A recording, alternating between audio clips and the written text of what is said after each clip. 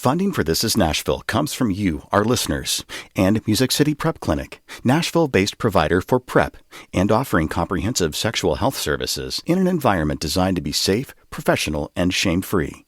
Learn more at musiccityprep.org. I'm Blake Farmer, and this is Nashville.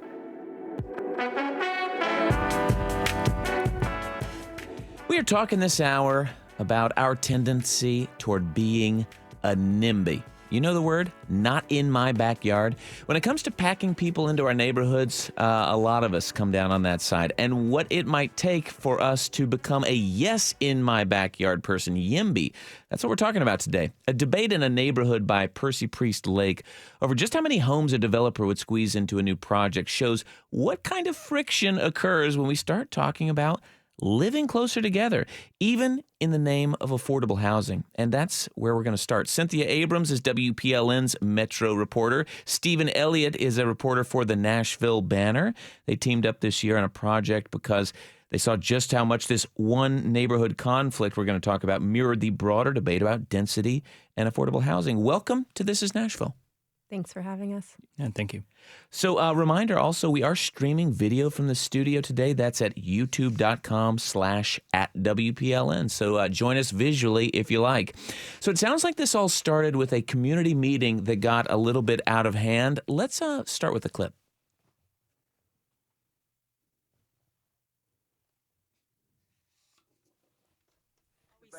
They want to be. You just want to maximize how much value you could get for the land. That's all it is. That's all it is. That's all we see. They want to build. That no matter what we saying here. No, we're not doing that. If that sounds like a chaotic Zoom call, well, that's it kind of was, right, Stephen? What is it we were listening to there, and what were these neighbors trying to fend off in their neighborhood? Yeah, this was a community meeting called by the district council member, Russ Bradford. He wanted to introduce a development proposal before it even got filed with Metro. So this was an informal meeting where the developer came and said, here's my idea for this property in your neighborhood. And a bunch of the people who live right around the corner from there showed up to express their opinions about it. All right, and where is this neighborhood, just for folks who know the area and want to get situated? The property is right at the intersection of Bell Road and Smith Springs Road. So this is in South Nashville, right by Percy Priest Lake. Yeah. So, Cindy, is this the kind of density they were talking about? Remind us what it is they were proposing. It sounded like there were kind of two options, one with, bigger, fewer homes and one with smaller, less expensive homes. Yeah, so the plot of land was originally zoned for around 25 to 30 single-family homes. The developer said if he built those, they would be priced at around $600,000. But he was proposing to build twice as many at about half the cost. So why was that a problem for some of those neighbors? So the neighbors that spoke in the meeting and the neighbors that Stephen and I spoke to later were really concerned about that higher density proposal. Their neighborhood is this small one way in, one way out neighborhood off of Bell Road. And they were really concerned about sharing their entrance to their neighborhood, which the development would do. They were concerned about having that amount of people, that amount of families living kind of in that small area that they live in. I think the main concern was kind of congestion, traffic, and of course, construction, the process of adding that development. Well, listen, we don't mind a little dust, a little noise, all in the name of progress. Oh, Stephen, talk to me about, I think when people talk about affordable housing or even the word density, they might not necessarily think of it in this sort of terms, like, it might just be a neighborhood that would have been single-family homes that instead is going to be twice as many townhomes. Is this the kind of density that the city is starting to encourage elsewhere? In a way, yes. This is what the legislation that's moving through council is sort of related to. This would have been a bigger project than I think a lot of what the city is working on now, which is more about like 4 units or 6 units on a lot. This would have been 60, 65, 64 on a larger lot. So it is a little bit different, but yes, I think in a way it is related. Yeah. If you're just tuning in, I'm Blake Farmer. This is Nashville. We're talking about the policies and zoning that promote affordable housing in Nashville with WPLN reporter Cynthia Abrams and reporter Stephen Elliott of the Nashville Banner. Stephen, what has changed in recent years already that has allowed for more density? Because I'm thinking listeners might be thinking, oh, yeah, I've noticed that there have been sort of tighter developments here or there around where I am. Is there anything that has changed that is encouraging this, or is this just the way development is going? I think most of what would have encouraged this in the past few years would be SP zoning, specific plan, which maybe one of your later guests will get into more, but it's basically this sort of ad hoc zoning option that's available in the city where a developer can come and say, I want to change the zoning of this property to get more units on it or to get commercial uses on it that wouldn't otherwise be allowed. And in exchange, I'll give you XYZ. Maybe it's a small park, maybe it's a bus stop, maybe it's some kind of affordable bonus for the community as a community benefit. So that's a lot of what's been going on. Wait, can you stop there for just a second on this SP zoning thing? It sounds like it's just kind of a negotiation, sort of knowing the city has interests. They want affordability. They have been encouraging density. Make us an offer, and we'll let you do more density? Yeah, kind of. In other communities, they have options where they can require a developer to pay some amount to kind of offset the impact of a development. And we don't have that option here in Nashville because of state law. And so this is kind of another way that the city has worked out to achieve some of those goals. Yeah. Well, let's get back to this neighborhood by Priest Lake. The local council member, Russ Bradford, who called that the chaotic Zoom meeting that we were listening in on, told you all something interesting. He's kind of stuck between listening to his constituents and this desire to address the housing shortage in Nashville. Here's the clip. When I first ran in 2019, I was more of the mindset of, if the community does not want it, I won't move it forward. And so this time around, I'm still wanting to get that community input, but I'm also now looking at it from the lens of, we can't keep doing it this way. We've got to find a way to work between the two parties to get the housing built that we need. Well, it sounds like Councilman Bradford there feels like he's supposed to be this yes in my backyard person, but he represents people who lean more like the NIMBYs, the not in my backyard. Cindy, how is that working out for him? Yeah, I think something that was interesting that Stephen and I heard was that he's kind of transitioned over the course of his term. I think initially he was someone that really was ready to reject projects if the community was not behind them. And now he's kind of more grown into this camp that's seeing the lack of affordable housing as a real problem for Nashville and seemingly a little bit more ready to kind of buck the desires of his constituents. I connected with him yesterday, and it sounds like in this project there has been no movement. Oh, really? So since this meeting occurred and there was all this opposition, nothing's moved forward? He said no updates. Wow. Well, talk to me about getting stuck in this place because, even polling data seems to suggest that people want more affordable housing in Nashville. And so obviously council members know this is a priority, affordable housing. The people have said it. And then you sort of bring it to a neighborhood and they say, get that out of here. What are they supposed to do? Well, that's really kind of at the heart of the question, isn't it? I think people maybe theoretically are really oftentimes in favor of this. But then when it comes to your neighborhood or your street, it can be difficult to get on board. If the construction's happening next door to you, I think we often see people kind of turn against it. But we are seeing the council kind of move towards upzoning. Upzoning? Upzoning. What would that mean? That would mean kind of allowing for higher density. Changing the zoning to allow for higher density. So downzoning would be allowing less sort of people. Upzoning would be more density. Exactly. Got it. Well, so the developer in this case, Patrizio Murdaca, seems to say that he's open to compromise, but that the neighbors are not working with him in good faith. Let's just hear from him. The most vocal, angry community members often rob themselves of the opportunity for true compromise and a true conversation because of how impossible those conversations end up becoming because of the level of like vocal violence that happens. Vocal violence. Stephen Elliott, I wonder if in zooming in on this one project in the Priest Lake area, if you all found that you know, essentially the opponents are going to be the ones who are talking louder than anybody else. Yeah, I think that, you know, if you see a proposal and you think, that seems fine, you're probably not going to carve out 2 hours on a weeknight to go to a fairly boring Zoom meeting. I just think it's in our nature to show up for things that we're especially passionate about. Yeah.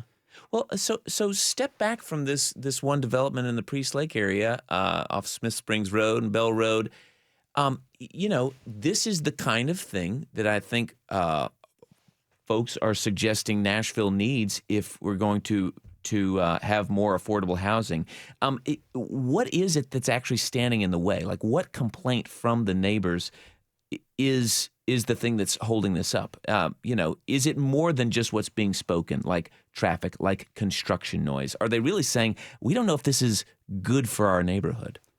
Yeah, there are frequently at meetings like this, and we've been to them all over the county. And they a lot of times look a lot like this one we've been talking about, maybe a little less tense. But there are sometimes these coded references to what they think affordable housing means. Yeah. And we heard a little bit of that in the meeting that this is about, and you can go watch it on YouTube if you really want to spend a couple of great. good, We'll put the link out there. Yeah, but you know, it's crime is going to come if there's affordable housing. That's kind of the sort of link that is made. Well, that's sort of what I wonder, Cindy, is if when people hear affordable housing, they think somehow it's well, that it's something undesirable. I think that's accurate. You know, I think something that a lot of our later guests in this episode have said to me is that affordable housing is often kind of seen as like a dirty word. And it's something that turns people off from wanting that in their neighborhood. But again, that's kind of at odds with the acknowledgement that affordable housing is something we are lacking in this city. Yeah. Well, Stephen, you all have this, is it called the Zip Code Project? That's right. Is this where you get to attend all of these meetings just to understand at the zip code level what's going on? What is going on around the county? What are you seeing? Yeah, you see a lot of conversations like this, and they're in different parts of the county too. You know, the neighborhood closest to this project is called Bayview, and it is at least zooming out and looking at the county as a whole, is a fairly affordable neighborhood. But you'll see this in neighborhoods with higher housing costs too, and you'll see it in neighborhoods that are further or less far along in terms of their development arc. And it's a lot of the same buzzwords you hear. It's a lot of the same concerns in terms of traffic and congestion and infrastructure capability. So yeah, it does feel like a kind of an echo sometimes. Mm-hmm. Do you get the sense that when people have said, yeah, we need more affordable housing, somehow they're sort of thinking about, yeah, we need big apartment buildings in this other part of town that I don't go to much or something like that? Like what are you sensing? Yeah, I mean, you will hear that sort of simplified version of it sometimes. You'll also hear that it needs to be on the corridors, so our busiest corridors, because that's where the most frequent bus lines are. That's where there's already a lot of activity, so it wouldn't, I guess, disturb the sort of tranquility of a neighborhood.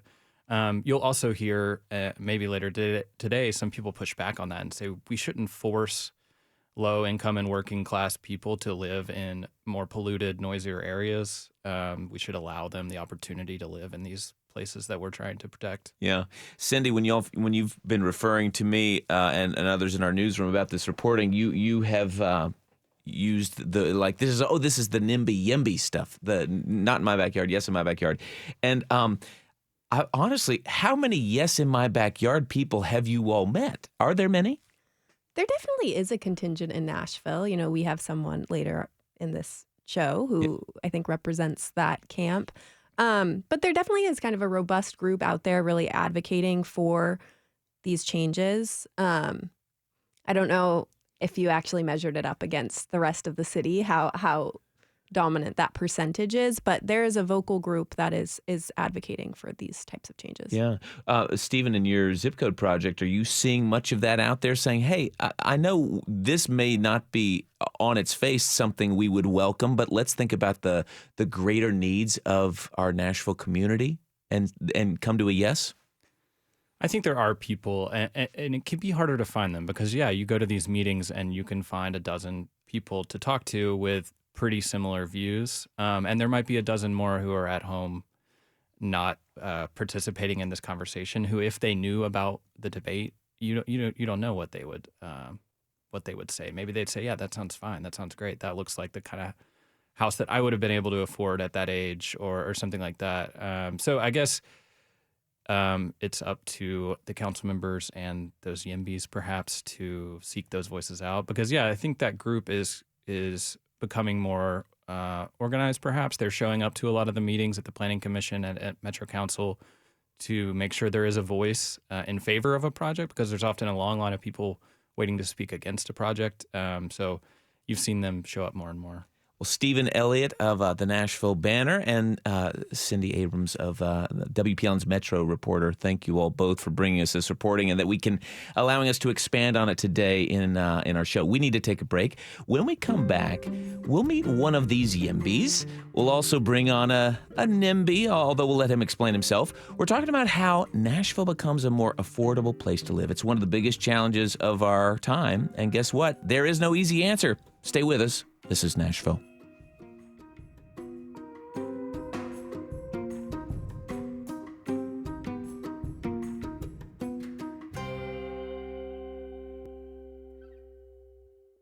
Funding for This is Nashville comes from you, our listeners, and Music City Prep Clinic, Nashville-based provider for PrEP and offering comprehensive sexual health services in an environment designed to be safe, professional, and shame-free. Learn more at musiccityprep.org.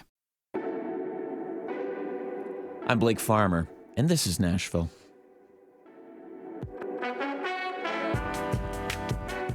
When Vanderbilt polled Nashvillians earlier this year about top priorities for city investment, you almost could not imagine there being more agreement. Build more affordable housing. Nearly 90% people who identified as both Democrats and Republicans saying this is a top priority. But when the questions got more pointed, the majorities got a bit thinner. According to this same poll, 56% of residents support allowing multifamily housing, quote, everywhere in my city to revitalize neighborhoods and local economies. Still a majority, but you had nearly as many saying they only want multifamily housing in dense areas. There's more to density and affordable housing than just multifamily housing, but it is the central issue that tends to divide us as a community, which we're talking about in this episode. To continue our conversation about affordable housing, we have Ben Vaught, who is, you might say, broadly in favor of what you might call zoning reform. I think he's a recovering engineer for the city. Welcome to This is Nashville. Yeah, thanks for having me. It's good to be here. We might call him a yes in my backyard vote, though to be fair, I don't know that you live in the dense neighborhood of Germantown, correct? I don't know if there are many backyards, but I do. I don't technically have a backyard. All right, so maybe not in my backyard, but in my hood. And Chris Rimke is part of the Save Our Nashville Neighborhoods, also a developer consultant. You also find him regularly pointing out that the most affordable housing we have is the houses that are being torn down for more dense developments. Welcome to This is Nashville. Thank you. All right, so Ben, what does this word zoning reform mean to you? For me, it's really about removing barriers. I mean, zoning really only has the power to say no. It can't mandate affordable housing, really. It can require it if something else happens, but zoning really only has the power to say no. And we have mandated the most expensive form of housing available, a single-family home, in the majority of the city, and we've relegated multifamily housing to, as y'all said on an earlier segment, directly on state highways or abutting interstates. We use multifamily housing as a buffer. We treat it as a nuisance to be mitigated in our zoning code. And so I think zoning reform for me is about ending that ban. Well, I would say a lot of people honestly, you start talking about zoning, and they're like, I'm not sure how much this even matters. I'm guessing you have conversations with people to sort of like open their eyes to like, no, zoning is exactly why our city is the way it is. Yeah, and I mean, I'm a civil engineer. I'm, as you said, a recovering civil engineer. I'm extremely. I don't know the full story to that, but I'm sure there's an interesting one for another day. I worked as a civil engineer for about a decade, and Yeah. I work in the hospitality industry downtown now. I made quite a shift. I am extremely used to reading very dense, very boring. I can find interest in very boring things, but like for instance, the city council or the metro council is considering a bill to add zoning districts number 115 through 119, since we apparently don't have enough. And I read the justification for it, and my eyes glazed over. It is so boring. Oh, you're saying that even for you, as someone who can get into this stuff? Yes, and I know people in the planning department personally. I know they have good intentions, and I know they're operating within the existing political environment that they can't control.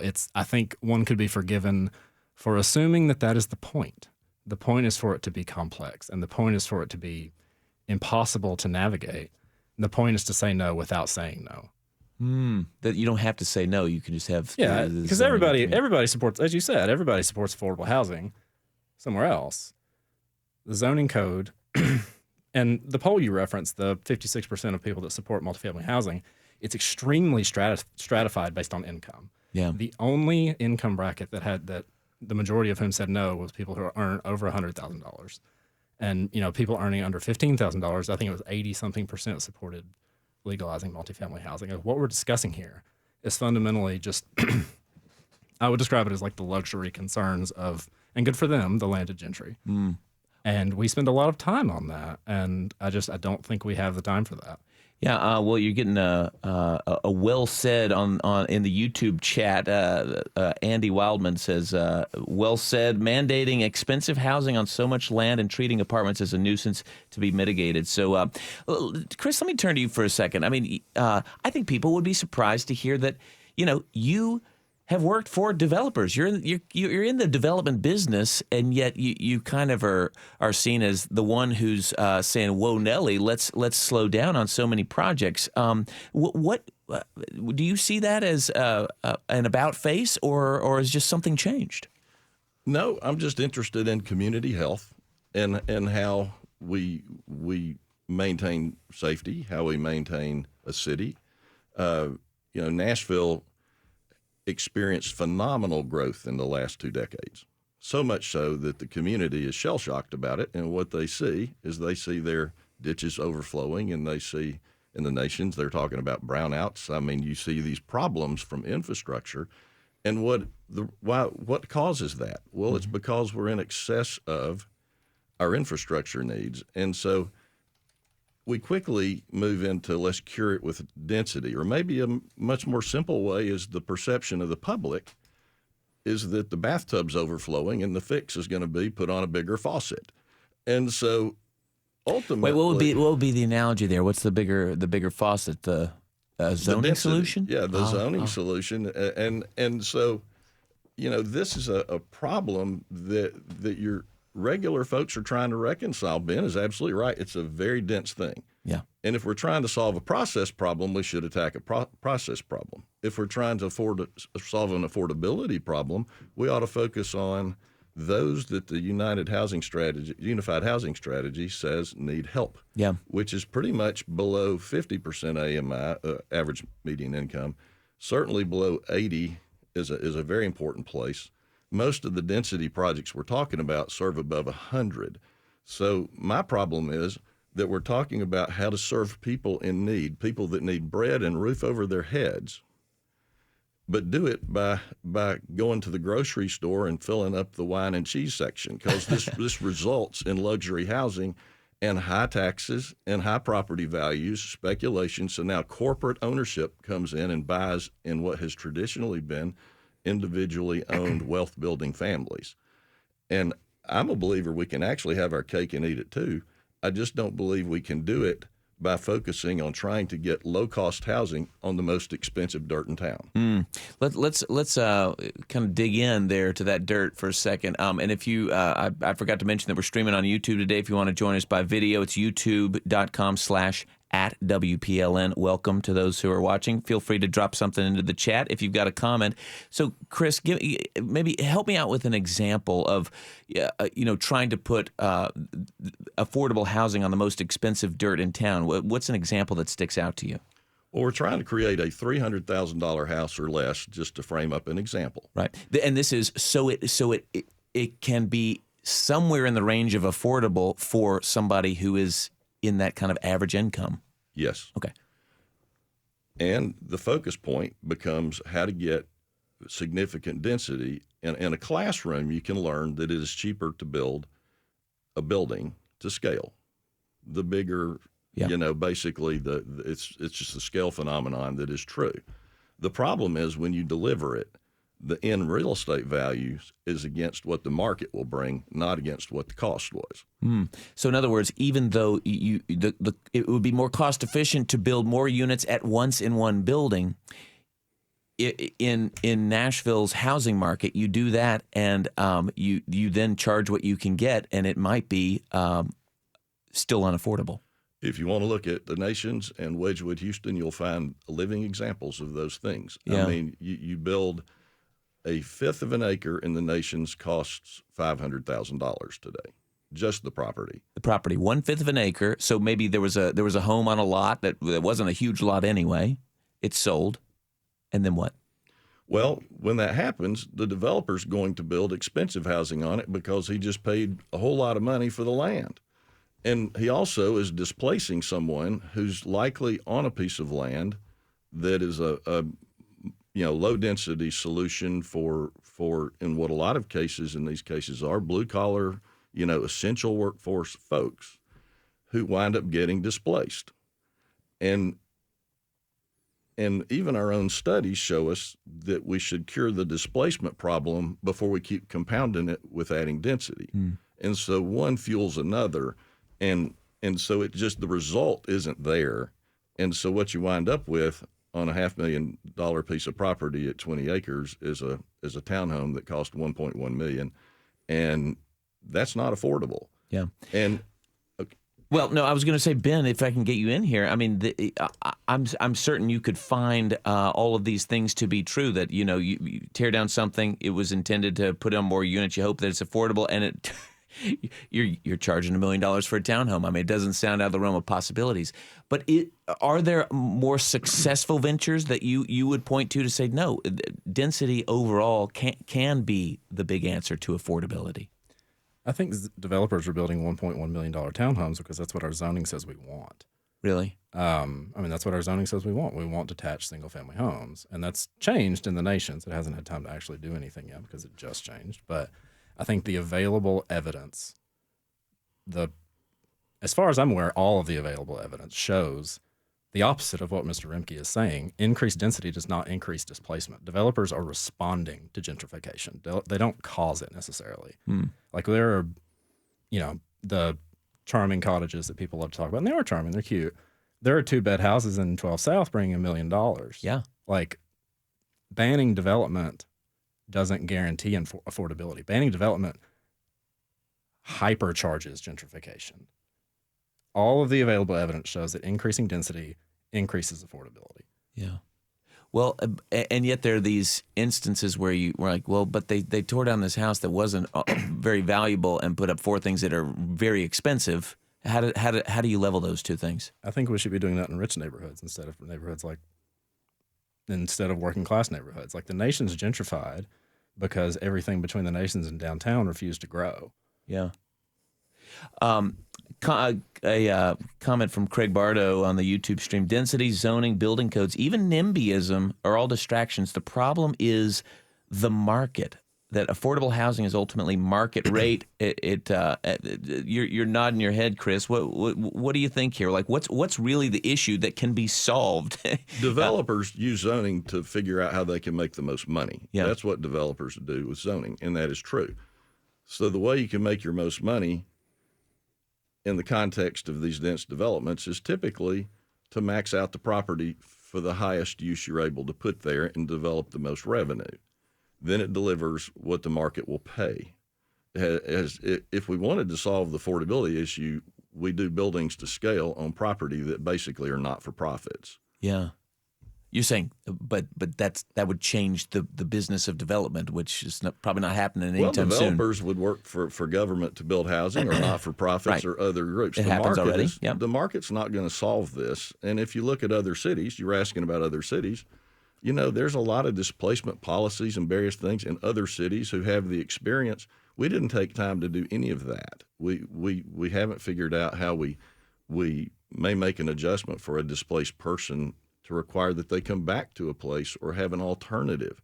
We simply displace them. If we want to talk about what displaces people in these kind of projects, I mean, Ben's alluding to the fact that you go into these richer neighborhoods. I think what he's saying is the low density neighborhoods. Nashville's most significant ownership of majority neighborhoods is all people of color. The blacks and the Hispanics own more majority single-family neighborhoods than do the whites. I'm not totally sure I'm tracking with what you're saying there, and maybe because it's delicate. If you look, I mean, most people avoid talking about this and just assume that you're going to the elite neighborhoods to work on them. And the reality is, if you look at where the huge displacement's occurring, where are we gentrifying, it's actually in the neighborhoods that are modest, that are people of color. Our own stats show that. And that is where developers are go in and buy the types of homes we are and start putting things in. So those neighborhoods, I don't know that they're so anti-development, but what they're anti is you're displacing our communities. We don't necessarily want our members of our communities going to other neighborhoods. We've lived here forever. Yeah. I mean, and so I think the cultural element in here has been lost in sort of this whole neoliberal deregulation thing that the YIMBYs have embraced. Yeah. Well, Ben, talk about deregulation because, I think there are big cities that people point to examples that where when you really get loose with zoning, people maybe have buyer's remorse years later because it wasn't as maybe controlled. What is the kind of YIMBY argument for zoning that I'm just guessing that it's not build anything anywhere and let the market decide? One thing I want to clear up, I'm not talking about minority neighborhoods. I'm talking about rich neighborhoods like Edgefield that are extremely majority white. Like Edgefield should not be zoned the way it is. There's no reason we couldn't be building 6-story single-stair apartments. Yeah. Well, you're talking about Edgefield as in an East Nashville historic neighborhood that has an overlay that prevents almost any kind of new construction. And that's the point. Developers are building, and to Mr. Rimke's point, developers are building where we allow them to build. This is the outcome our zoning code said we want. This is what we said we wanted to happen, and it's at the behest of homeowners. Yeah. Wealthy homeowners with power. Yeah. Well, political power. Chris, is some of that because it's like that's who shows up, who is going to go to the meeting because they're perhaps the largest investment in their lifetime is on the line.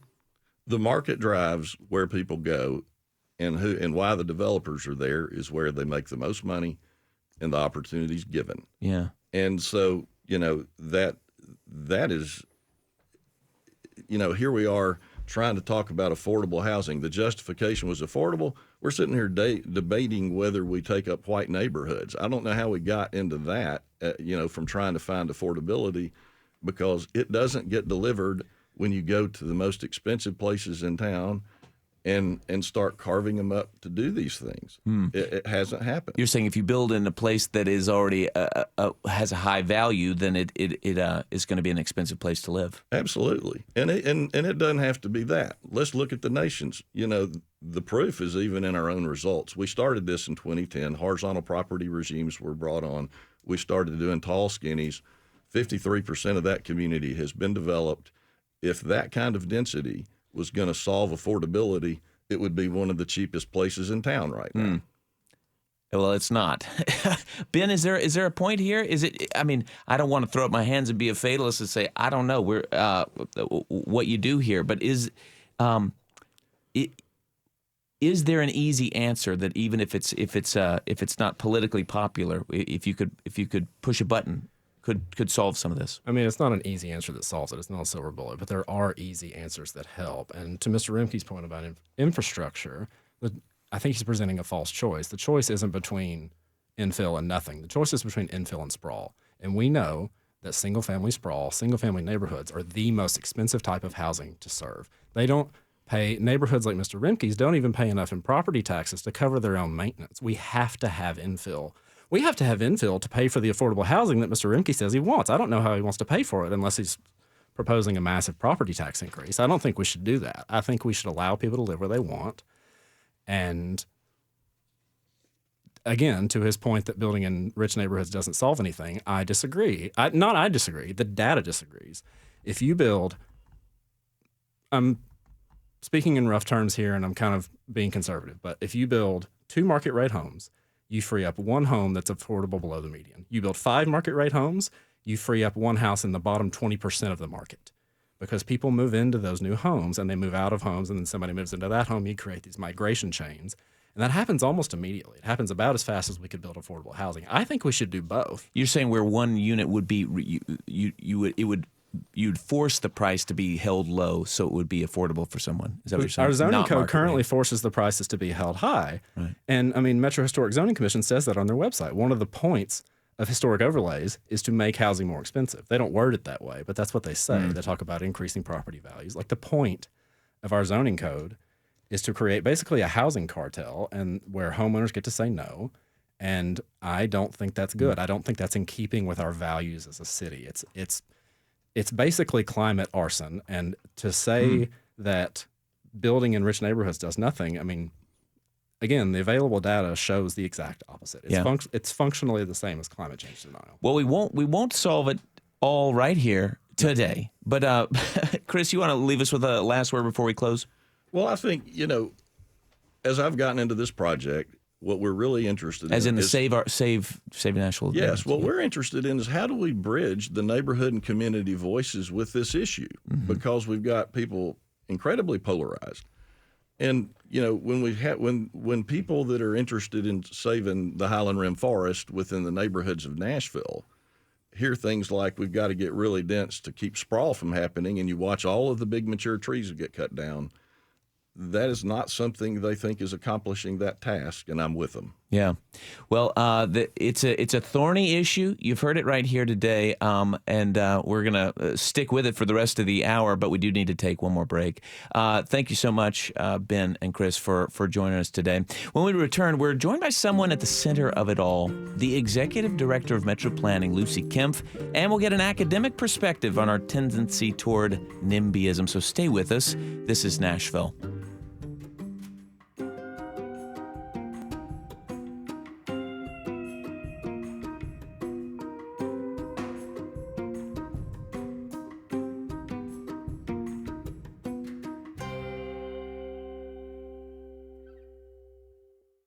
Funding for This is Nashville comes from you, our listeners, and Music City Prep Clinic, Nashville-based provider for PrEP and offering comprehensive sexual health services in an environment designed to be safe, professional, and shame-free.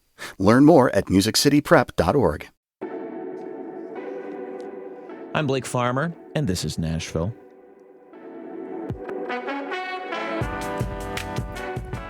If you want your eyes to roll back in your head, just go spend a few hours in a zoning meeting. Yikes, so technical. Even the folks who are very interested in the topic have admitted as much today on the show. And yet, it's what shapes this place we call home. Whether you're in Nashville proper, you're in a neighboring community. If you live in a neighborhood or cul-de-sac instead of through streets, well, that's because zoning allowed it, probably. If you live in a tall skinny, that's because zoning allowed it. If you live in a high-rise, that's because zoning allowed it. You get it. The person who guides these zoning policies in Nashville is Lucy Kempf, Executive Director of the Metro Planning Department, on the line with us from her office. Welcome to This is Nashville. Blake, thank you so much for having me. It's a real pleasure to be here. And I think zoning can be interesting and legible. But I agree. It's a little wacky. I don't know. After this hour, I'm wondering if it's a tough subject. But thanks for having me. Well, Lucy, thanks for, and we're also joined in the studio by Professor Ken Chilton of Tennessee State University from the Department of Public Administration. His research has him writing papers with titles like "The Impact of Single-Family Rental REITs on Regional Housing Markets." So he'll put us some zoning context in for our region. Welcome to This is Nashville. Thanks for having me. All right, Lucy, can zoning really resolve our issues with affordable housing like I've been talking about today? Have you seen it work? So, Blake, I think one of the things after listening to the previous discussion, one thing we've learned is that there are a few different strategies needed to promote a strong housing policy. So zoning and land use, which is what we're talking about today, is just part of one part of a much broader framework. For example, the city has invested since 2011 over $200 million in the Barnes Fund. That gives grants to nonprofit developers to deliver affordable housing. Our last budget included anti-displacement funding to help address the needs that we have. So I don't want folks listening to think that zoning is the only answer, but it is an important answer because it absolutely shapes the market. But I think we need holistic solutions to address our needs. That's helpful. Ken, what do you see? Is zoning creating affordability in Nashville as you see it? No. To Lucy's point, it's more complex than that. Zoning was historically Euclid v. Ambler in 1914, 1915. It's about a separation of uses, residential, commercial, industrial. It's changed over time. It does have impacts on the density, but are we talking, is the goal affordable housing or is the goal number of units? If it's number of units, density helps a lot. If it's affordability, there's no evidence that I've seen nationwide where zoning in and of itself is a cure for that problem. Well, then why do people point to zoning as being an answer to affordability? Theoretically, as supply increases, prices go down relative to demand. We haven't seen that occurring. That assumes a rational market, and I've been making the case since 2014 that we don't have the housing market is fundamentally broken, largely due to financialization. You have it's not your parents' or your grandparents' housing market where you put a for sale sign out in the yard and someone who lives in the community comes and buys it. Today, you're competing against flippers, you're competing against Wall Street investors, you're competing against private equity funds, you're competing against a host of digital investors, all hoping to maximize profit by buying units. So you're saying it's hard to imagine that in that kind of a market, even though the market may have slowed down a little bit in the last year, that in that kind of market, more density is going to result somehow in more affordability. Correct. On that. Yeah. Correct. So there is some that the Metro Planning Department is proposing. Lucy Kim, can you talk us through these proposals in a way that will excite us all? All listeners will be rapt listening to this description. But to you all have proposals to zoning that are intended to help with affordability, correct? Yeah. So just before sort of digging into the proposals that we have on the table, I wonder if it might help to step back and level set and talk about zoning a little more generally. So when I think about our city, what is so remarkable is the diversity of places we have, from our environmentally significant hillsides and waterways to older streetcar neighborhoods to emerging places and old industrial sites, right? So there's a lot of things to love and care about as we think about managing our growth and change. So one of the single most important tools, Blake, as you mentioned in your intro, is the code.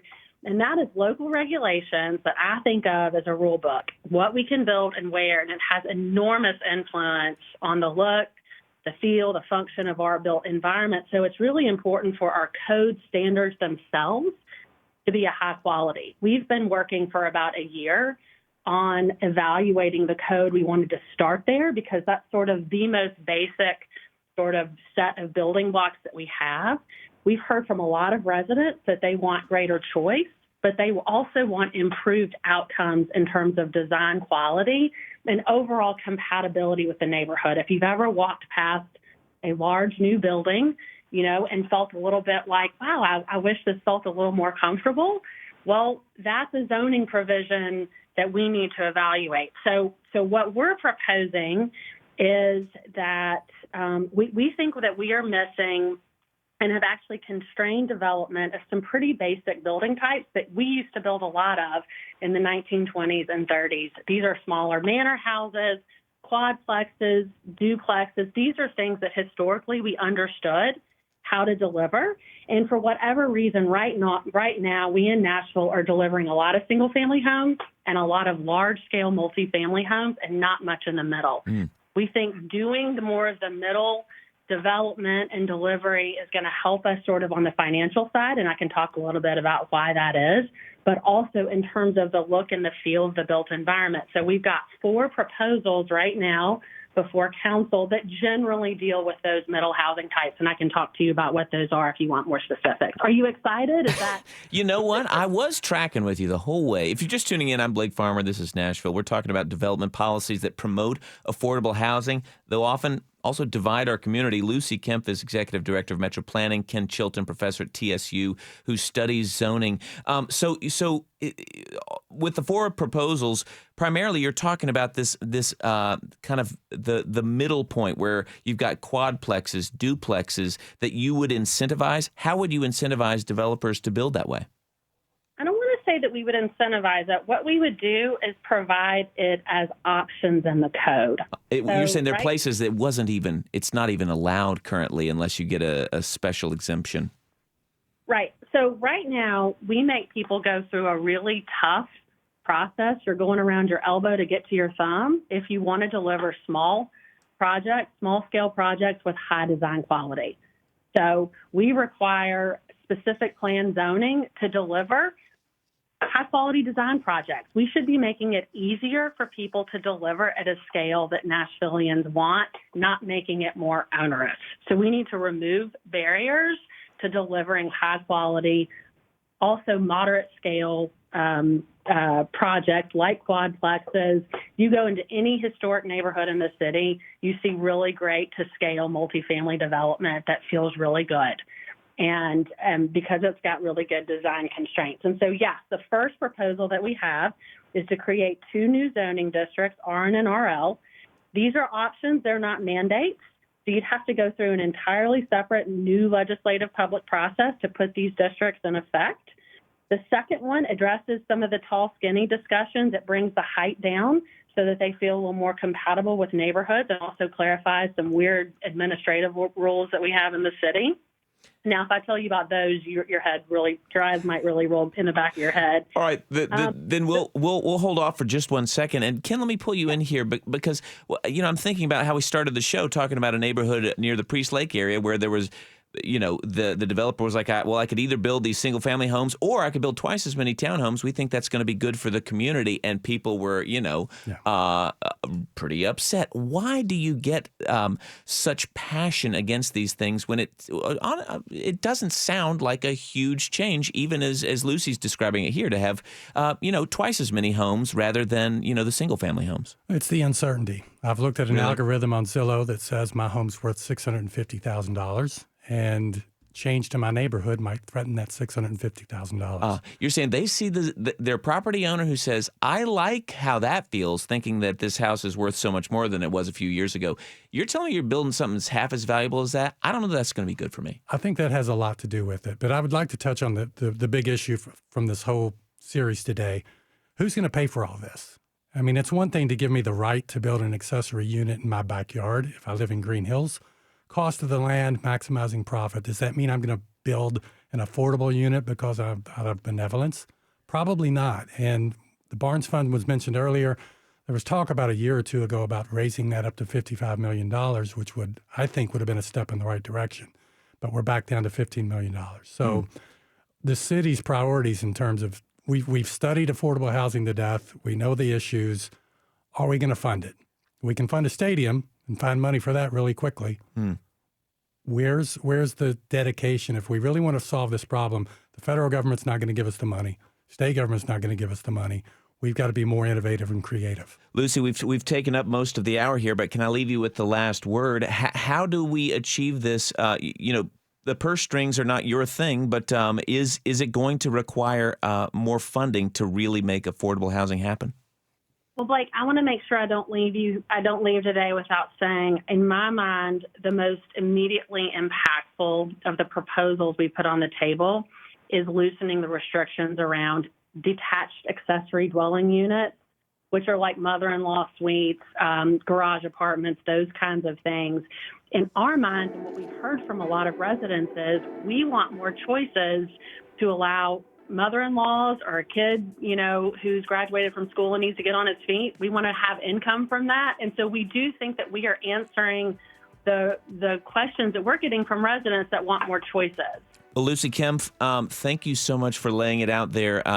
The Metro Planning Department is in active mode right now. Lucy Kempf, Executive Director. Ken Chilton, Professor in the Department of Public Administration at TSU. Thanks to you both. Thanks for tuning in this hour. This is Nashville as a production of Nashville Public Radio. If you missed yesterday's show, we interviewed Tennessee's new Deputy Governor, Stuart McWhorter, learned about his business life, his foray into politics, and what he gained from a couple of years in a tiger suit when he was the Clemson mascot. You can find that in our podcast feed or at thisisnashville.org. Today's episode was produced by Cindy Abrams. It was directed by Tasha A.F. Limley and Mary Mancini. Our board operator, Michael Pollard. Masterminds behind that theme music are LaRange and Namir Blade. Special thanks to Stephen Elliott and the Nashville Banner. Conversation doesn't end here. You can comment, tell us what you want to hear on the show by emailing thisisnashville@wpln.org. Also find us on the socials. This is Nashville. I'm Blake Farmer. Go in peace.